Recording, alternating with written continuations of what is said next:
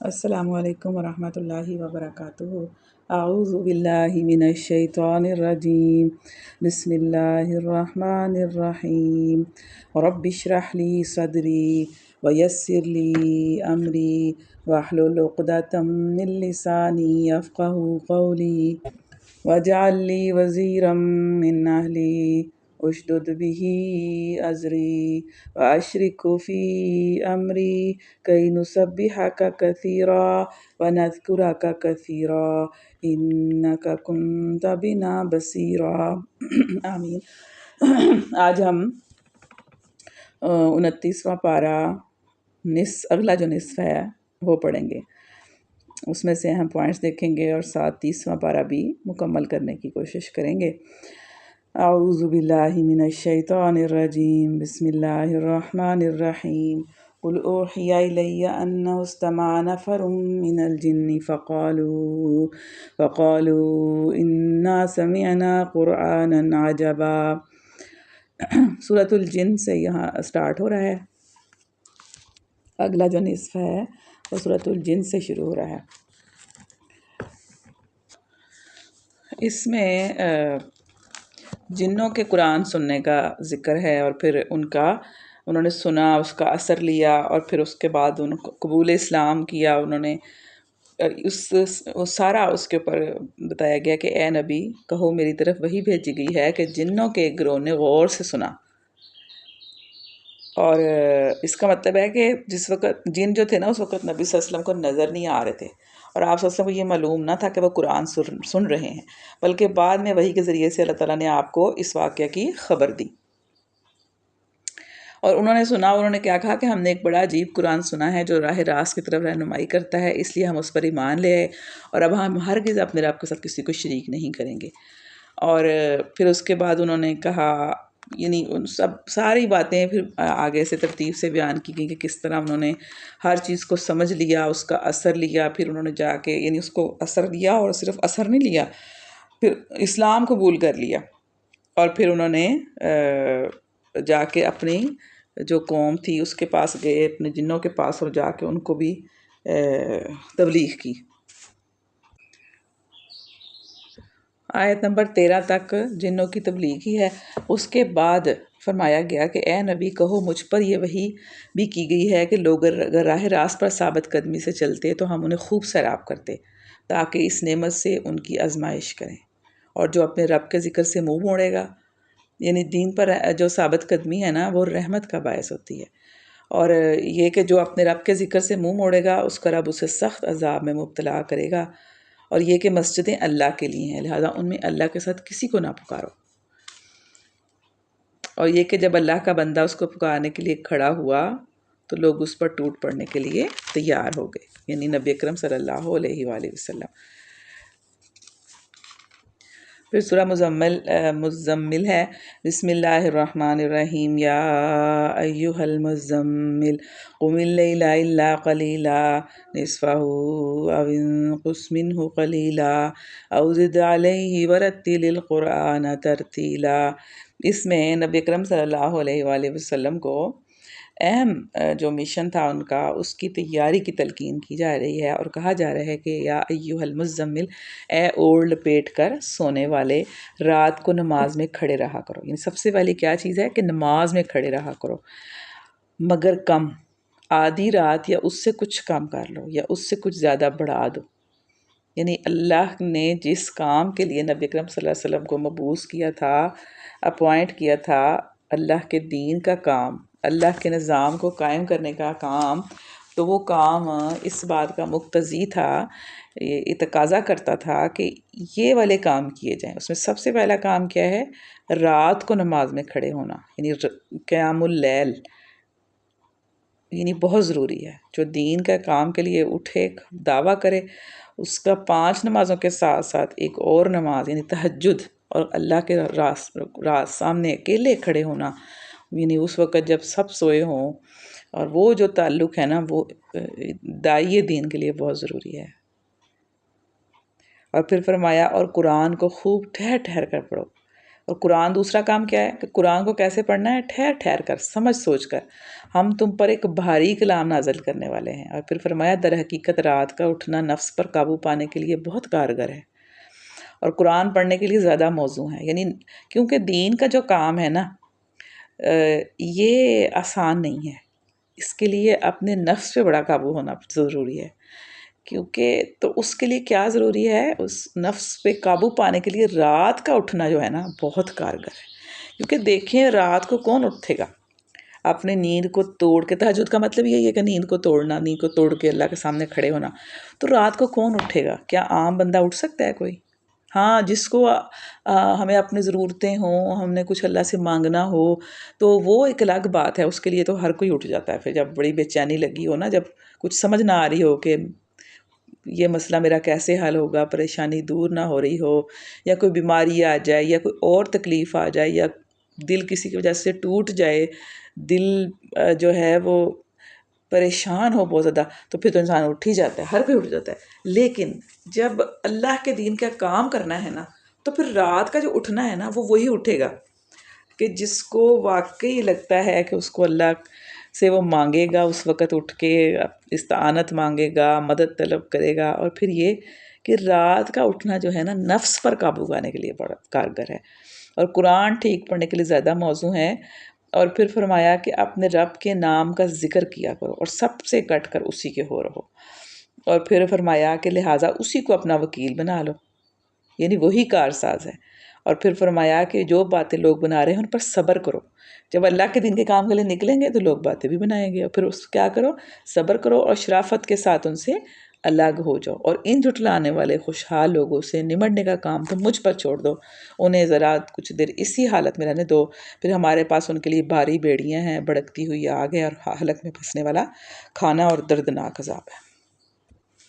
پھر اس کے بعد سورہ مدثر ہے، اور بسم اللہ الرحمن الرحیم، یا ایہا المدثر قم فانذر وربک فکبر وثیابک فطہر والرجز فہجر۔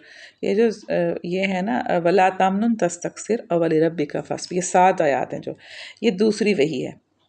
پہلی وحی تو سورۃ العلق کی 5 آیات ہے نا، اور یہ دوسری وحی ہے جس میں جو نبی کرم صلی اللہ علیہ وسلم کو کی گئی ہے، اور اس میں نبی صلی اللہ علیہ وآلہ وسلم کو اسلام کی تبلیغ کا حکم دیا گیا ہے کہ یا ایھا المدثر، اے اوڑھ لپیٹ کر لیٹنے والے، اٹھو اور خبردار کرو۔ اب یہاں پر کہا جا رہا ہے کہ اٹھو اور خبردار کرو اور اپنے رب کی بڑائی کا اعلان کر دو۔ اور دوسرا کام کیا؟ اپنے کپڑے پاک رکھو، یعنی مطلب یہ کہ اپنے آپ کو پاک صاف رکھو، اور گندگی سے دور رہو، یعنی اس میں گندگی سے مراد ظاہری گندگی بھی ہے اور شرک کی گندگی بھی ہے، ٹھیک ہے؟ دونوں طرح کی گندگی سے دور رہو، اور احسان نہ کرو زیادہ حاصل کرنے کے لیے، یعنی اس لیے احسان نہ کرو کہ تم زیادہ حاصل کر سکو، اور اپنے رب کی خاطر صبر کرو۔ یعنی یہ تبلیغ کے وقت، یعنی اس آیت سے پتہ چلا، ان آیات سے، کہ اب آپ کیا کریں؟ اب تبلیغ کرنا شروع کر دیں۔ قم فانذر، اٹھ جاؤ اور خبردار کرو اور اپنے رب کی بڑائی کا اعلان کرو، یہاں پہ حکم دیا گیا۔ پھر آگے جا کر اسی صورت کے اندر بتایا گیا ہے کہ کون سی چیزیں ہیں جو دوزخ میں لے کے جانے والی ہیں۔ ما سلککم فی سقر، کہ تمہیں کیا چیز دوزخ میں لے آئی، یعنی اس دن جو مجرم ہے نا ان سے پوچھا جائے گا کہ ما سلککم فی سقر، تمہیں کیا چیز دوزخ میں لے کر آ گئی؟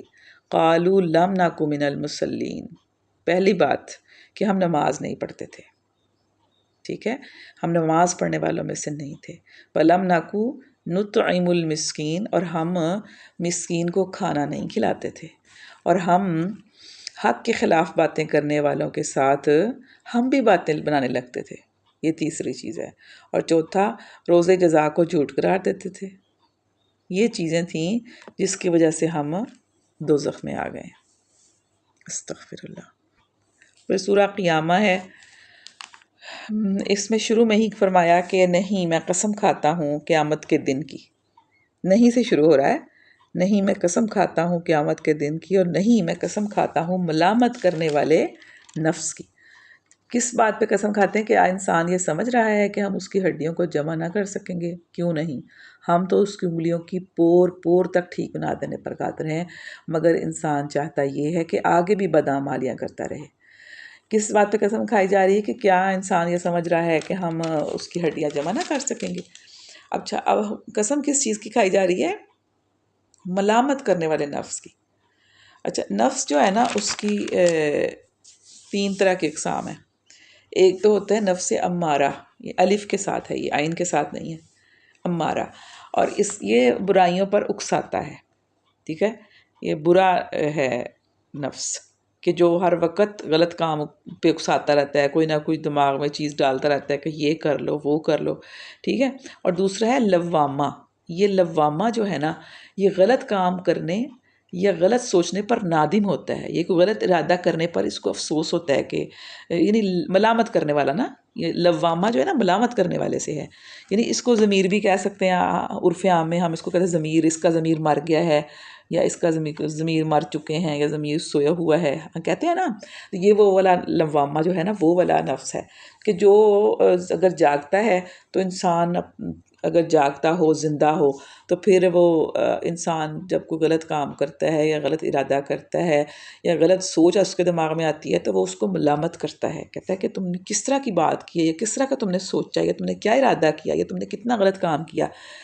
ہم دیکھتے ہیں نا کبھی کبھی ہمیں خود ہی افسوس ہو رہا ہوتا ہے کہ وہ میں نے غلطی کر دی، میں نے غلط بات کر دی، میں نے جھوٹ بول دیا، میں نے چغلی کر لی یا میں نے کسی کا حق مار لیا یا کوئی بھی، تو جس کا ضمیر سویا ہو نا یہ لوامہ نفس، تو پھر اس کو کچھ فرق نہیں پڑتا، جو مرضی غلط وہ کرتا رہے اور گناہ کرتا رہے اور زیادتیاں کرتا رہے، اسے کوئی فرق نہیں پڑتا۔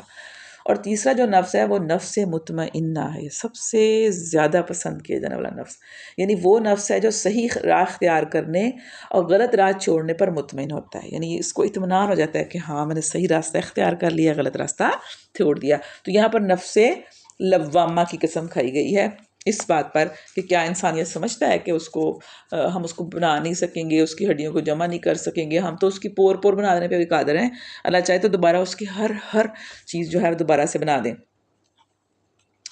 اور پھر فرمایا کہ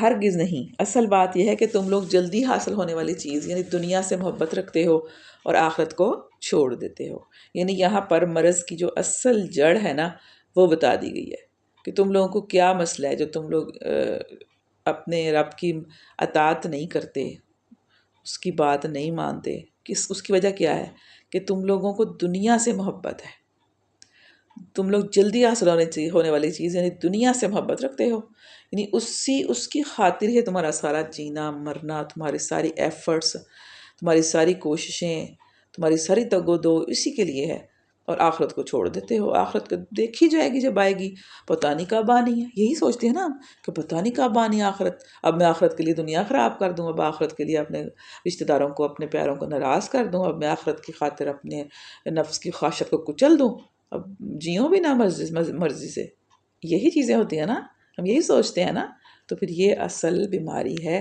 کہ جس کی وجہ سے انسان پھر اس دن قیامت کے دن بھی برباد ہو جائے گا۔ پھر اس کے بعد فرمایا کہ کچھ چہرے اس دن تر و تازہ ہوں گے، اپنے رب کی طرف دیکھ رہے ہوں گے، اور کچھ چہرے اس دن اداس ہوں گے اور سمجھ رہے ہوں گے کہ ان کے ساتھ کمر توڑ برتاؤ ہونے والا ہے۔ اللہ، اس دن انسان کو خود ہی پتہ چل جائے گا بھی میں کیا لے کر آ گیا ہوں، میں کہاں ہوں، میرے ساتھ کیا برتاؤ ہونے والا ہے، اس دن پہلے پتہ چل جانا انسان کو۔ اور پھر اس وقت حالت نزع کا بیان کیا گیا ہے، جو یعنی مرنے کے وقت جو انسان کی حالت ہوتی ہے وہ بیان کی گئی ہے کہ جب جان حلق تک پہنچ جائے گی اور کہا جائے گا کہ ہے کوئی جھاڑ پھونک کرنے والا، اور آدمی سمجھ لے گا کہ یہ دنیا سے جدائی کا وقت ہے، اور پنڈلی سے پنڈلی جڑ جائے گی، وہ دن ہوگا تیرے رب کی طرف روانگی کا، یعنی اس وقت کوئی بھی نہ کوئی دوائی اثر کرے گی، نہ کوئی دم اثر کرے گا، کوئی چیز کام نہیں آئے گی، کیونکہ وہ وقت ہی ایسا ہے، جدائی کا وقت ہوگا، اور پنڈلی سے پنڈلی جڑ جائے گی اور اللہ کی طرف روانگی کا وقت ہوگا۔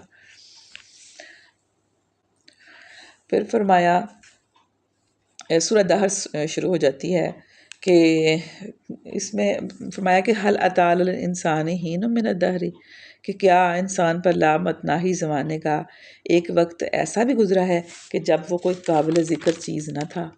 یعنی بڑا ٹائم ایسا گزرا ہے انسان کے اوپر جب وہ کچھ بھی نہیں تھا، کہ ہم نے اس انسان کو ایک مخلوط نطفے سے پیدا کیا تاکہ اس کا امتحان لیں، اور اس غرض کے لیے ہم نے اسے سننے اور دیکھنے والا بنایا، اور ہم نے اسے رستہ دکھایا، خواہ شکر کرنے والا بنے یا کفر کرنے والا بنے. یعنی انسان اپنے آپ کو پتہ نہیں کیا سمجھتا ہے. اللہ کہتے ہیں کہ وقت ایسا بھی تمہارے پہ تھا، تم کچھ بھی نہیں تھے. اب نطفہ یا ایک پانی کی بوند سے انسان کی پیدائش ہوئی ہے، تو وہ کیا چیز تھی وہ، اور پھر جو اس کا وہ جو پروسیس ہے پورا، اس میں 9 ماہ اس میں وہ بنا، 9 ماہ اس کو لگے ایک پورا انسان بننے میں. تو وہ کیا تھا پہلے؟ سوچے نا انسان کہ وہ کیا تھا اور کہاں سے وہ کیا بن گیا، اور اب وہ اللہ کے سامنے اکڑتا ہے. اور اللہ تعالیٰ کہتے ہیں میں نے کیوں بنایا تمہیں اس طرح کا، تاکہ ہم دیکھیں گے، اس کا امتحان لیں. امتحان کے لیے بنایا ہے اس کو. اور پھر نیک لوگوں کا انجام بتایا گیا ہے، اور پہلے کفر کرنے والوں کا بتایا ہے، پھر نیک لوگوں کا، کہ نیک لوگ جنت میں شراب کے ایسے ساغر پئیں گے جن میں آب کافور کی آمیزش ہوگی. ان الابرار یشربون من کأس کان مزاجها کافورا عینا یشرب بها عباد اللہ یفجرونها تفجیرا. کیا ہوگا؟ وہ ایک چشمہ ہوگا، ایک بہتا چشمہ جس کے پانی کے ساتھ اللہ کے بندے شراب پئیں گے، اور جہاں چاہیں گے بسہولت اس کی شاخیں نکال لیں گے. یہ وہ لوگ ہوں گے جو دنیا میں نظر پوری کرتے ہیں. یعنی نظر پوری کرنے کا مطلب یہ ہے کہ جو اللہ سے عہد کرتے ہیں اور اس کو پھر پورا کرتے ہیں. ٹھیک ہے نا؟ جو اس کے اوپر فرائض ہیں وہ پورے کرتے ہیں، اور اس دن سے ڈرتے ہیں جس کی آفت ہر طرف پھیلی ہوئی ہوگی، اور اللہ کی محبت میں مسکین اور یتیم اور قیدی کو کھانا کھلاتے ہیں، اور کہتے ہیں کہ ہم تمہیں صرف اللہ کی خاطر کھلا رہے ہیں، ہم تم سے نہ کوئی بدلہ چاہتے ہیں نہ شکریہ. ہمیں تو اپنے رب سے اس دن کے عذاب کا خوف لاحق ہے جو سخت مصیبت کا انتہائی طویل دن ہوگا. پھر اللہ تعالیٰ ہم کو اس دن کے شر سے بچا لے گا. سبحان اللہ. بہت پیاری صورتیں ہیں یہ جو آخری صورتیں ہیں نا، یہ چھوٹی چھوٹی صورتیں ہیں اور ان کی چھوٹی چھوٹی آیات ہیں، لیکن وسعت اتنی زیادہ ہے نا ان کے الفاظ میں. اب تو ہم اس طرح پڑھ رہے ہیں، اللہ ہمیں توفیق دے کہ ہم اس کو ایک ایک لفظ کو غور سے پڑھنے والے ہوں اور سمجھ کے پڑھنے والے ہوں. بہت پیاری آیات ہیں. فوقاہم اللہ شر ذالک اليوم، تو اللہ ان کو اس دن کے شر سے بچا لے گا. وَلَقَّاهُمْ نَضْرَةً وَسُرُورًا، اور ان کو کیا بخشے گا؟ تازگی بخشے گا اور سرور بخشے گا. وَجَزَاهُمْ بِمَا صَبَرُوا جَنَّةً وَحَرِيرًا، اور ان کا بدلہ کیا ہوگا؟ ان کے صبر کی وجہ سے ان کے صبر کا بدلہ کیا ہوگا؟ جنت اور حریرہ، ریشمی لباس. متکئین فیہا علی الارائک لا یرون فیہا شمسا ولا زمہریرا. بہت پیاری آیات ہیں، بہت خوبصورت. پھر سورۃ المرسلات ہے، اس میں ہواؤں کی قسم کھائی گئی ہے، اور پھر اسی بات پر جس چیز کا تم سے وعدہ کیا جا رہا ہے وہ ضرور واقع ہونے والی ہے. پھر قیامت کی منظر کشی کی گئی ہے کہ پھر جب ستارے مان پڑ جائیں گے اور آسمان پھاڑ دیا جائے گا اور پہاڑ دھنک ڈالے جائیں گے اور رسولوں کی حاضری کا وقت آ پہنچے گا. یعنی یہاں پر یہ بات قرآن پاک میں بہت جگہوں پہ ہم نے یہ پڑھی ہے، یہ بیان کی گئی ہے کہ میدان حشر میں جب پوری نوع انسانی کا مقدمہ پیش ہوگا تو ہر قوم کے رسول کو شہادت کے لیے پیش کیا جائے گا، یعنی گواہی کے لیے، تاکہ وہ اس بات کی گواہی دے کہ اس نے اللہ کا پیغام لوگوں تک پہنچا دیا. اور پھر یہاں پہ 29واں پارہ جو ہے وہ ختم ہو جاتا ہے اور 30واں پارہ شروع ہو جاتا ہے. 30واں پارہ جو ہے وہ سورہ نبا سے شروع ہوتا ہے، اور نبا کا مطلب ہوتا ہے خبر.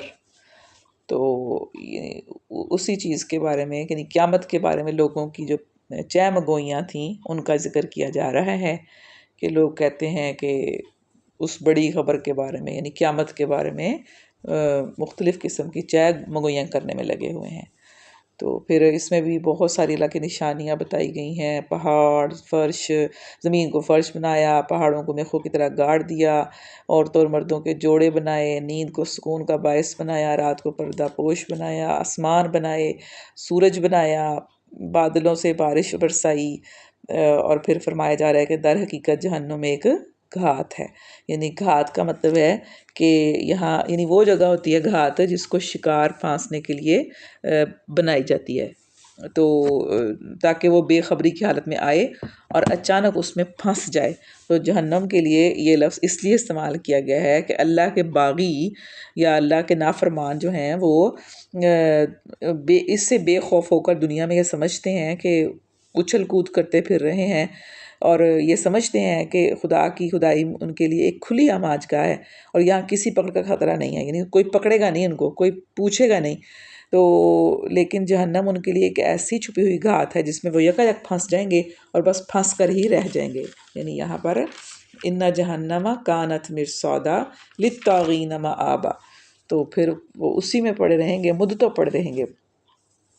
پھر متقین کے لیے انعام بتایا گیا ہے، اور پھر روح اور فرشتے جو ہیں نا، روح یعنی جبرائیل علیہ السلام اور تمام فرشتے اس دن صف بستہ کھڑے ہوں گے، اور کوئی نہ بولے گا سوائے اس کے جسے رحمان اجازت دے۔ یعنی اس دن جو رب کی جو صفت ہے نا رحمان، یہ ہم نے پہلے بھی پڑھا تھا، وہی ہوگی اس کی صفت، اس کو رحمان ہی کہا گیا جب بھی۔ اللہ اکبر، یعنی اللہ تعالیٰ اس دن رحم کرنے والوں میں سب سے زیادہ رحم کرنے والے ہوں گے۔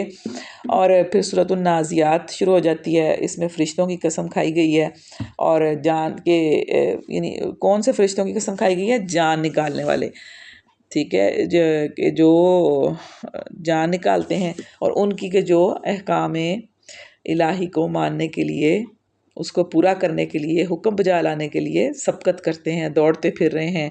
اور پھر قسم کھانے کے بعد کہا جا رہا ہے کہ جس روز ہلا مارے گا زلزلے کا جھٹکا، اور اس کے پیچھے ایک اور جھٹکا پڑے گا۔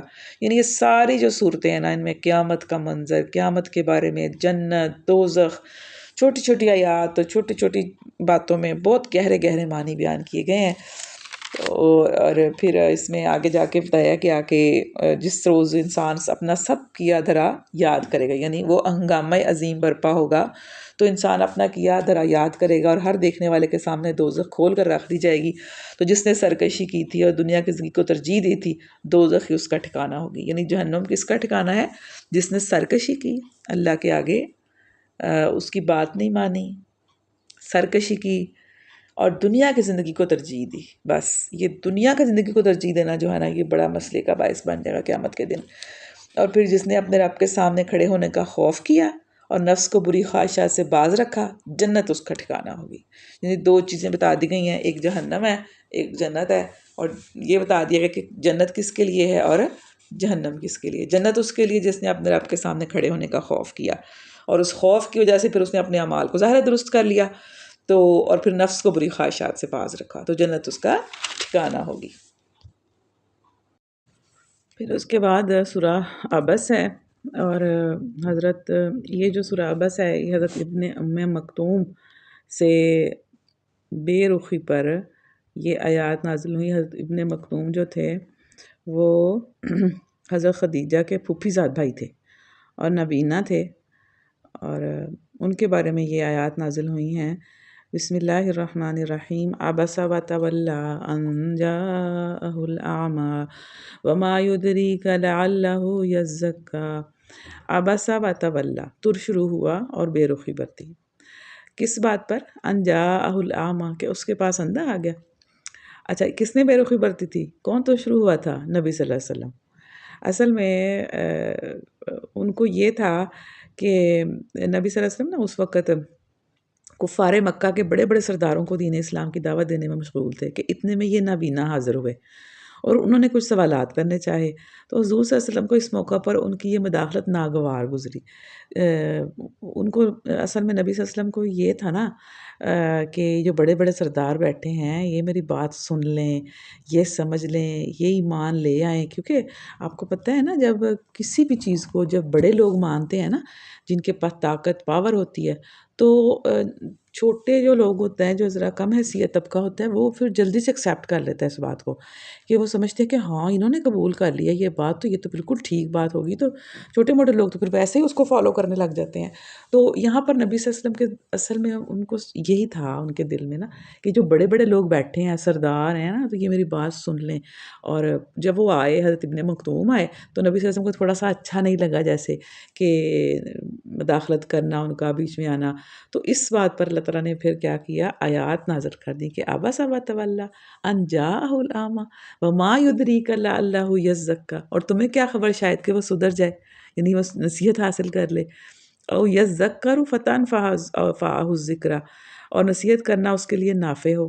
اما من استغنی، پھر جو شخص بے پرواہی برتا ہے، اور فانت لہ تصدی، تو اس کی طرف تم رجوع کرتے ہو، توجہ کرتے ہو، حالانکہ اگر وہ نہ سدھرے تو تم پر ان کی کوئی ذمہ داری، کیا تو ان پر کوئی ذمہ داری ہے؟ اور جو خود تمہارے پاس دوڑا آتا ہے اور ڈر رہا ہوتا ہے، اسے تم بے رخی برتتے ہو؟ ہرگز نہیں، یہ تو ایک نصیحت ہے، جس کا جی چاہے اسے قبول کر لے۔ یہ ایسے صحیفوں میں درج ہے جو مکرم ہیں، بلند مرتبہ ہیں، پاکیزہ ہیں، معزز اور نیک کاتبوں کے ہاتھوں میں رہتے ہیں۔ یعنی اللہ پاک کو اتنا بھی گوارا نہ ہوا، اور انہوں نے اس پر بھی آیات نازل فرما دیں۔ اور پھر اس صورت کے آخر میں اللہ تعالیٰ بیان فرماتے ہیں کہ آخر کار جب وہ کان بہرے کر دینے والی آواز بلند ہوگی، اس روز آدمی اپنے بھائی، اپنی ماں اور اپنے باپ اور اپنی بیوی اور اپنی اولاد سے بھاگے گا۔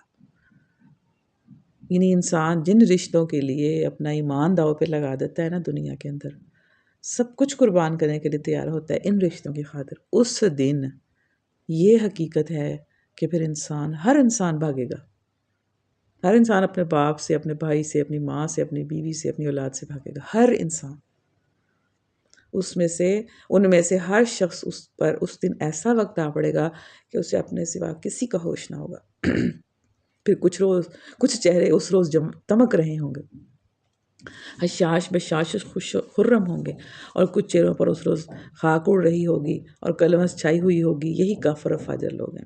اس کے بعد سورۃ تکویر ہے، اس کے بارے میں نبی اکرم صلی اللہ علیہ وآلہ وسلم نے فرمایا کہ جس نے قیامت کو اپنی آنکھوں سے دیکھنا ہو، وہ سورۃ تکویر اور سورہ انفطار پڑھ لے، یعنی اس میں قیامت کا نقشہ بہت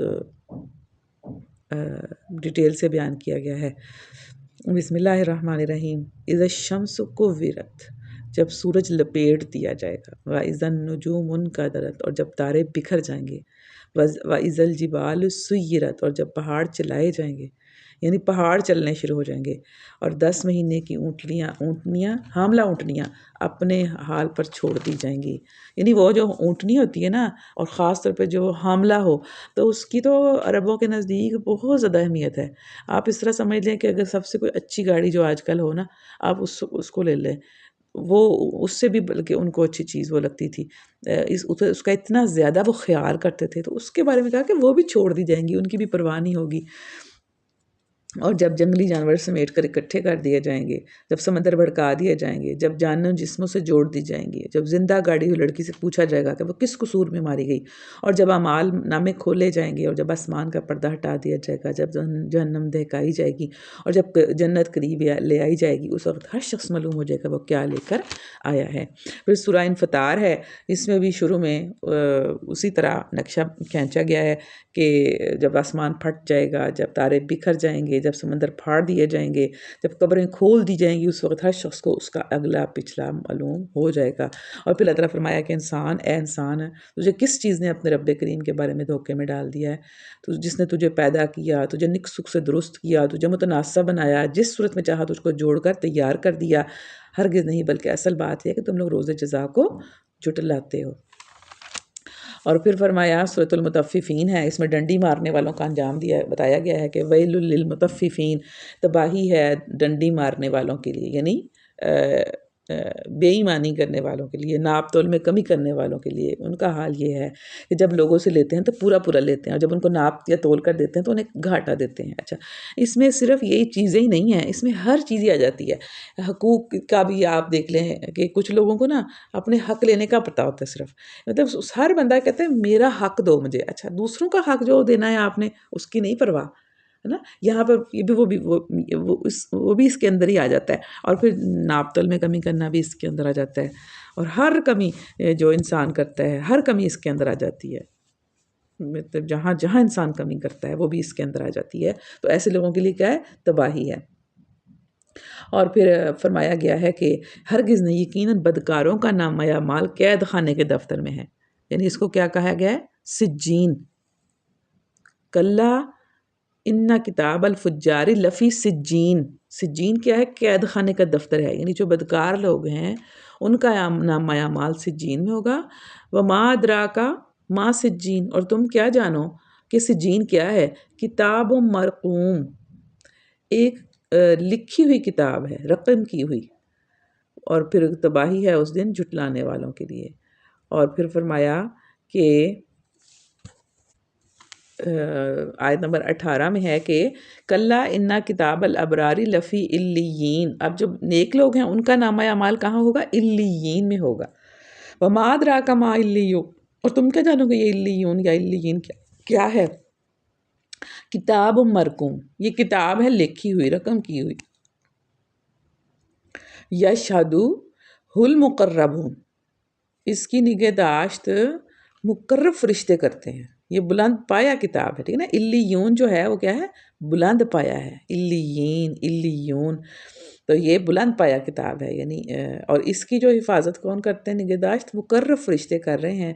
ان الابرار لفی نعیم، بے شک نیک لوگ نعمتوں میں ہوں گے.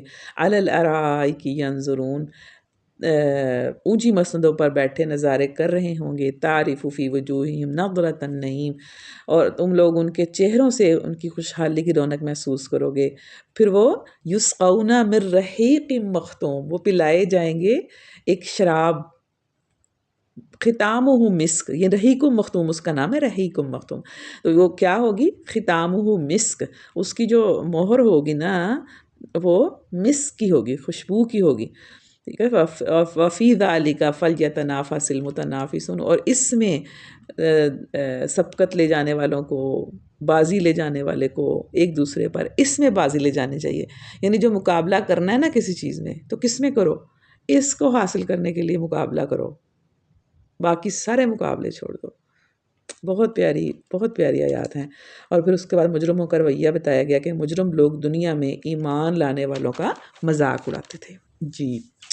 اور اس کے بعد سورہ انشقاق ہے کہ اس میں فرمایا گیا ہے کہ جب آسمان پھٹ جائے گا اور اپنے رب کے فرمان کی تعمیل کرے گا تو، اور اس کے لیے حق یہی ہے کہ وہ اپنے رب کا حکم مانے. اور جب زمین پھیلا دی جائے گی اور جو اس کے اندر ہے اسے باہر پھینک کر خالی کر دیا جائے گا، اور اپنے رب کے حکم کی وہ تعمیل کرے گی، اور اس کے لیے حق یہی ہے کہ اس کی تعمیل کرے. اور پھر فرمایا کہ یا ایھا الانسان انک کادح الی ربک کدحا فملاقی، کہ اے انسان تو کشاں کشاں اپنے رب کی طرف چلا جا رہا ہے اور اس سے ملنے والا ہے. یعنی ہر انسان اپنے رب کی طرف ہی جا رہا ہے. آپ دیکھیں جو ٹائم گزر رہا ہے، جو لمحے گزر رہے ہیں، ہم کس کے قریب ہو رہے ہیں؟ اللہ کے قریب ہو رہے ہیں، اپنے انجام کے قریب ہو رہے ہیں، اپنی موت کے قریب ہو رہے ہیں. ٹھیک ہے نا. تو ہر انسان جو ہے اپنے رب کی طرف کشاں کشاں چلا جا رہا ہے. ہم نے کبھی غور کیا ہے؟ ہم نے کبھی غور نہیں کیا. لیکن یہ فکرہ دیکھیں کس طرح کا ہے نا، کہ انسان کو غور کرنے پہ مجبور ہو جاتا ہے کہ اے انسان تو کشاں کشاں اپنے رب کی طرف چلا جا رہا ہے اور اس سے ملنے والا ہے. اور پھر جس کا نامہ اعمال اس کے سیدھے ہاتھ میں دیا گیا اس سے ہلکا حساب ہوگا. اللہ ہمیں ان لوگوں میں شامل کرے. اور وہ اپنے لوگوں کی طرف خوش خوش پلٹے گا. اور جس کا نامہ اعمال اس کے پیٹھ کے پیچھے دیا جائے گا وہ موت کو پکارے گا اور بھڑکتی ہوئی آگ میں جا پڑے گا. وہ اپنے گھر والوں میں مگن تھا، اس نے سمجھا تھا کہ اسے کبھی پلٹنا نہیں ہے. پلٹنا کیسے نہ تھا، اس کا رب اس کے کرتوت دیکھ رہا تھا. انسان مگن ہی ہوتا ہے نا اپنے گھر میں. بس وہ کہتا ہے مجھے میرے گھر سے نہ نکالو، مجھے یہ نہ کہو کہ اپنے گھر والوں کو تھوڑی دیر کے لیے چھوڑ دو، ہے نا. تو انسان مگن ہوتا ہے. یہ غفلت میں ڈالنے والی چیزیں ہیں، گھر، اولاد، مال، انسان کو اپنے اندر محو کر دینے والی چیزیں ہیں. لیکن یہ غفلت میں نہ ڈالیں بس ہمیں. آمین. اور پھر سورۃ البروج ہے، بروج جو ہیں مضبوط قلعوں کو کہتے ہیں. تو اصل میں یہ جو صورت ہے اس میں شروع میں فرمایا گیا کہ قسم ہے مضبوط قلعوں والے آسمان کی، والیوم الموعود، اور اس دن کی جس کا وعدہ کیا گیا، یعنی قیامت کی اور دیکھنے والے کی اور دیکھی جانے والی چیز کی، مارے گئے گڑے والے. اچھا یہ گڑے والے کون ہیں؟ اصل میں ہوا یہ تھا، یہ بہت مطلب اس طرح کے واقعات کئی ہوئے ہیں تاریخ میں کہ جس میں لوگوں کو، اہل ایمان کو گڑھوں میں پھینکا گیا اور گڑھوں میں آگ لگا کر، یعنی اس طرح بڑے بڑے گڑھے کھودے گئے، پھر ان کے اندر آگ بھڑکائی گئی اور پھر اہل ایمان کو ان کے اندر ڈالا گیا. تو یہ بہت دفعہ ہوا ہے اور یہاں واقعات سنانے کا ٹائم نہیں ہے. اللہ تعالیٰ نے توفیق دی تو انشاءاللہ ہم ضرور اس کو تفصیل کے ساتھ پڑھیں گے اور میں آپ کو انشاءاللہ بتاؤں گی کہ کیا کیا جو ہے واقعات تاریخ میں ہوئے ہیں اس کے بارے میں. اور یہ ان گڑھے والوں کے بارے میں ہے کہ مارے گئے گڑھے والے، یعنی جنہوں نے گڑھے کھودے اور انہوں نے اہل ایمان کو اس میں ڈالا جس میں خوب بھڑکتے ہوئے ایندھن کی آگ تھی، جبکہ وہ اس گڑھے کے کنارے پر بیٹھے ہوئے تھے اور جو کچھ وہ ایمان لانے والوں کے ساتھ کر رہے تھے اسے دیکھ رہے تھے. یعنی وہ ان کے جلنے کا تماشا دیکھ رہے تھے. اور ان اہل ایمان سے ان کی دشمنی اس کے سوا کسی وجہ سے نہ تھی کہ وہ اس خدا پر ایمان لے آئے تھے جو زبردست اور اپنی ذات میں آپ محمود ہے، جو آسمانوں اور زمین کی سلطنت کا مالک ہے اور وہ خدا سب کچھ دیکھ رہا ہے. اس کے بعد سورۃ طارق ہے، والسماء والطارق، قسم ہے آسمان کی اور رات کو نمودار ہونے والے کی. طارق جو ہے رات کو نمودار ہونے والا ستارہ ہے، اور تم کیا جانو کہ وہ رات کو نمودار ہونے والا کیا ہے؟ چمکتا ہوا تارا ہے. النجم الثاقب، تارا ہے چمکتا ہوا. ان کل نفس لما علیہا حافظ، کوئی جان ایسی نہیں ہے جس کے اوپر کوئی نگہبان نہ ہو. فَلْيَنْظُرِ الْإِنسَانُ مِمَّا خُلِقَ، یہ نگہبان کون ہے؟ یہاں نگہبان سے مراد خود اللہ تعالیٰ کی ذات ہے جو زمین و آسمان کی ہر چھوٹی بڑی مخلوق کی دیکھ بھال اور حفاظت کر رہی ہے. مطلب یہ ہے کہ رات کو آسمان میں جو بے حد و حساب تارے اور سیارے جو چمکتے ہوئے نظر آتے ہیں، ان میں سے ہر ایک کا وجود اس بات کی شہادت دے رہا ہے کہ کوئی ہے جس نے اسے بنایا ہے، روشن کیا ہے، فضا میں معلق رکھ چھوڑا ہے اور اس کی حفاظت و نگہبانی کر رہا ہے کہ نہ وہ اپنے مقام سے گرتا ہے، نہ بے شمار تاروں کی گردش کے دوران وہ کسی سے ٹکراتا ہے، نہ کوئی دوسرا تارا اسے ٹکراتا ہے. اس طرح اللہ تعالیٰ کائنات کی ہر چیز کی نگہبانی کر رہا ہے. اور پھر فرمایا کہ انسان ذرا یہی دیکھ لے کہ وہ کس چیز سے پیدا کیا گیا ہے. ایک اچھلنے والے پانی سے پیدا کیا ہے.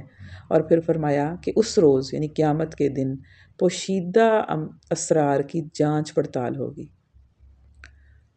یوم تبلی السرائر، جس روز پوشیدہ اسرار کی جانچ پڑتال ہوگی. پوشیدہ اسرار کیا مطلب؟ یعنی پوشیدہ کا مطلب ہوتا ہے چھپا ہوا، چھپے ہوئے اسرار. پھر اسرار بھی وہی ہوتے ہیں.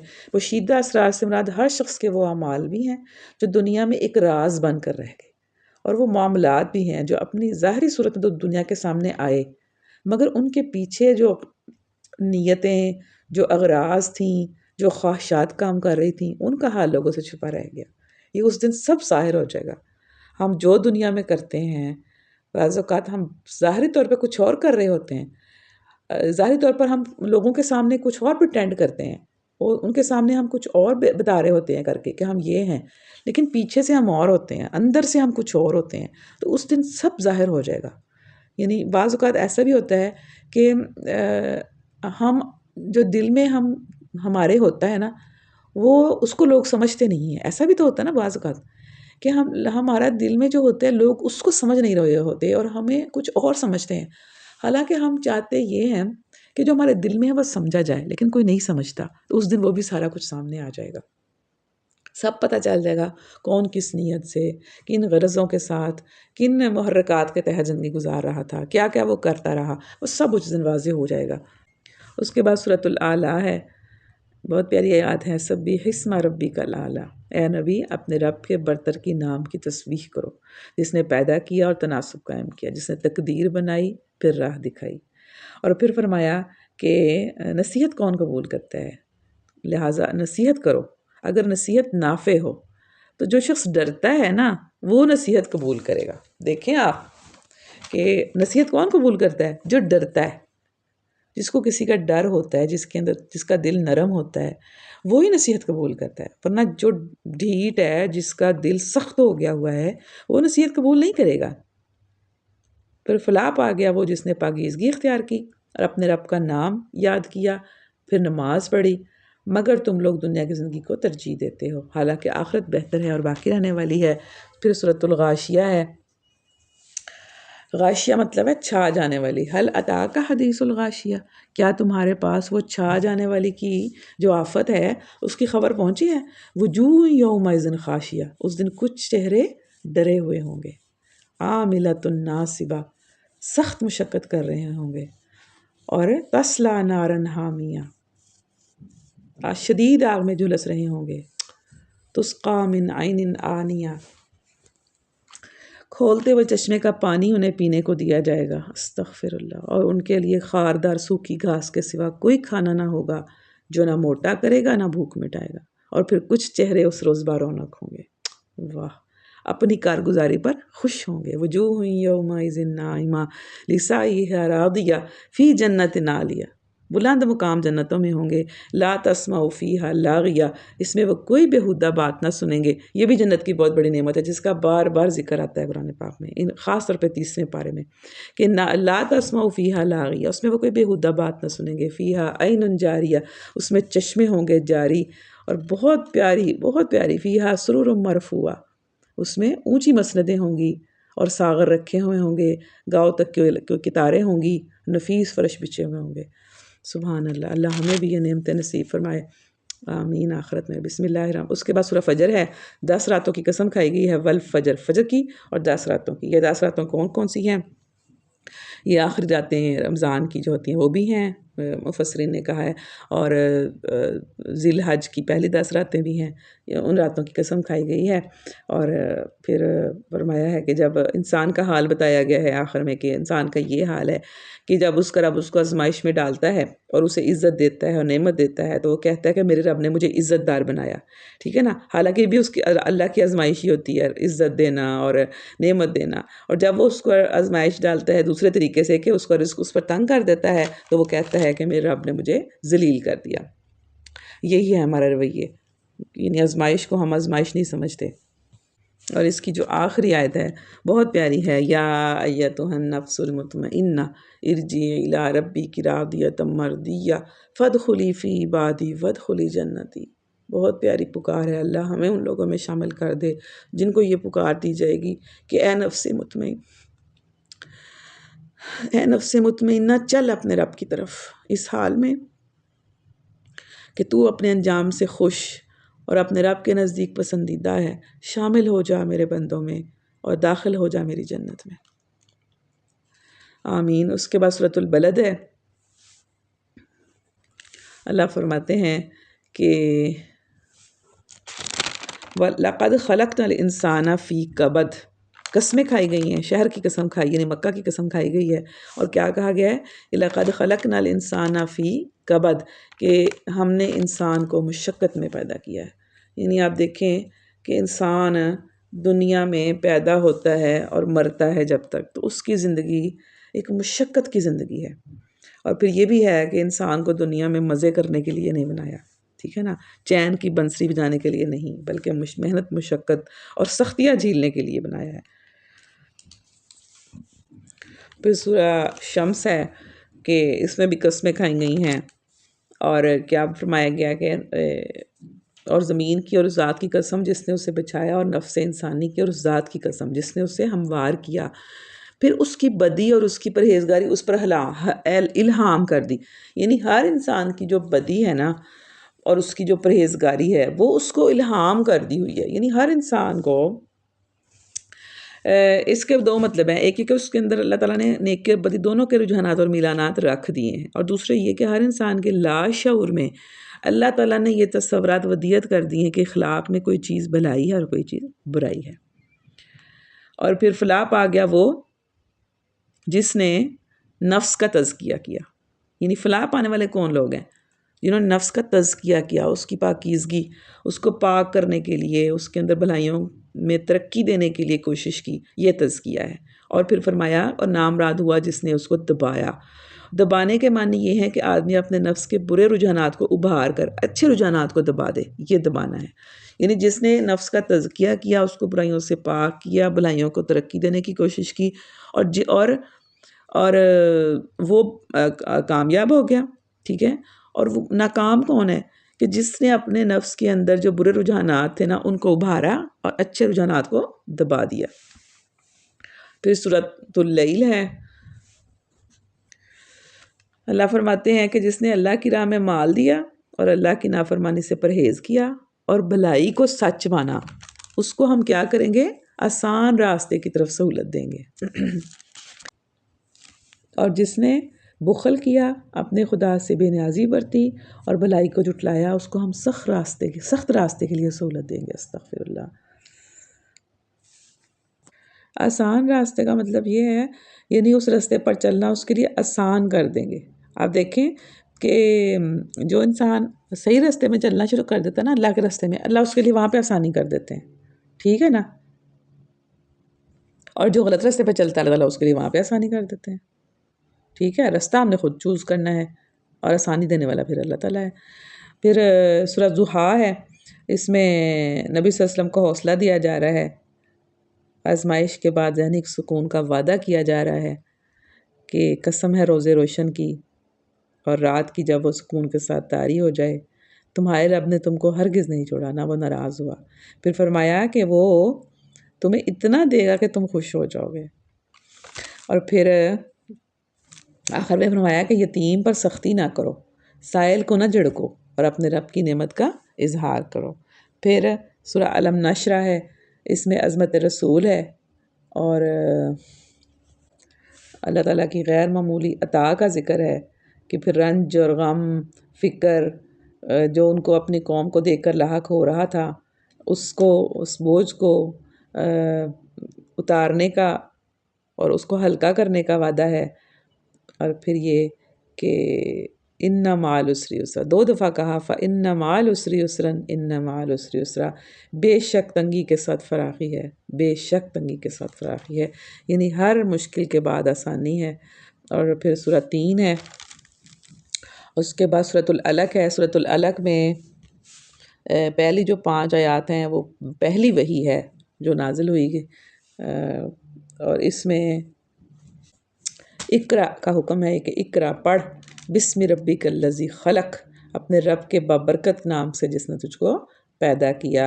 اور پھر فرمایا الذی علم بالقلم، کہ وہ جس نے قلم کے ذریعے سے علم سکھایا، یعنی قلم کے بغیر علم سیکھا نہیں جا سکتا۔ قلم بڑا ضروری ہے، قلم جو ہے نا سیکھنے کے لیے، یعنی لکھنا بہت ضروری ہے۔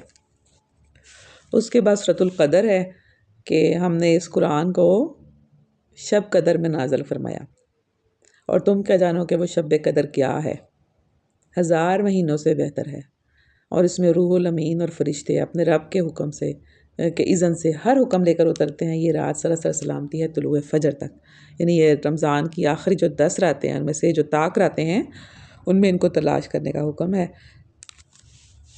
پھر سورۃ البینہ ہے، اور اس کے بعد سورۃ الزلزال، اس میں زلزلے کا ذکر ہے کہ جب زمین اپنی پوری شدت کے ساتھ ہلا ڈالی جائے گی اور اب زمین اپنے اندر کے سارے بوجھ نکال کر باہر ڈال دے گی، اور انسان کہے گا کہ اس کو یہ کیا ہو رہا ہے۔ اس روز وہ اپنے گزرے ہوئے حالات بیان کرے گی، کیونکہ تیرے رب نے اسے ایسا کرنے کا حکم دیا ہوگا۔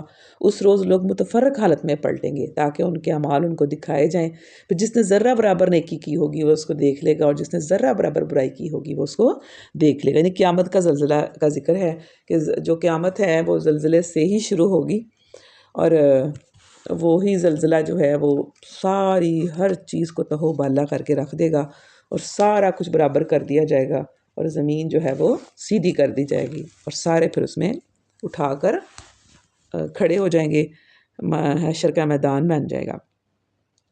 تو آج ہم یہاں پر ختم کر دیتے ہیں اس کو، انشاءاللہ کل جو ہے ہم اس کو مکمل کریں گے پارے کو، اور اس کے بعد دعا ہوگی۔